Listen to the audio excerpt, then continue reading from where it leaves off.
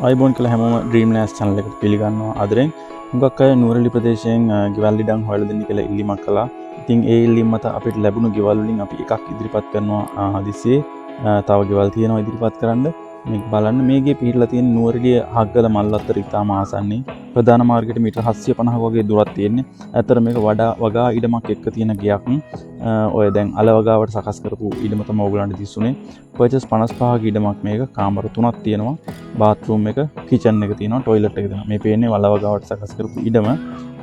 සාරවත් පසස් සහිත ඉඩමක්. වගා කරන කෙනෙකුටත් ඉතාම යෝග්‍යයි මේක. කිචන් එක තියෙනවා, টয়ලට් එක තියෙනවා, සාලි තියෙනවා, කැම කාමරේ තියෙනවා. විශේෂයෙන් සඳහන් කරන්න ඕනේ මේක සරම භූමි ඔප්පු තියෙන ඉඩමක්. පර්චස් 55 කිව්වට තව පර්චස් 15ක් ඉරිගේෂන් වලටත් යාව තියෙනවා. ඒකට මුළු ඉඩම පර්චස් 70ක් වෙනවා. ඉතින් හිමිකරු විසින් මේ ගෙට 1,50,00,000ක් මේ වෙනකොට කියනවා පර්චස් 55 එක්ක හග්ගල මල්වත්තර ඉතාම ආසන්නයි. එතකොට ඔයගොල්ලෝ දන්නවා මේ ඉඩමේ වැලියු එක කොහොමද කියලා. වගාවකුත් තියෙනවා තව. ඉතින් හිමිකරුගේ නම්බර එක මේකේ දිස්සනවා. හිමිකරු සම මිල ගණන් සාකච්ඡා කරන්න ඕගොල්ලන්ගේ ඔෆර්ස් ඉදිරිපත් කරන්න. මේ වගේ ගෙවල් අපේ channel එකේ තවත් පළ වෙලා තියෙනවා. තව මේ වගේ සුකෝබ්බෝගී ටයිප් එකේ ගෙවලුත් මේකේ පළ වෙනවා.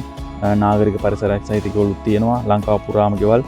ඉතින් මේගේ විස්තර ඔයගොල්ලන්ට දැන් ආයෙ දිස්සනවා සිංහලෙන් ටයිප් කරලා.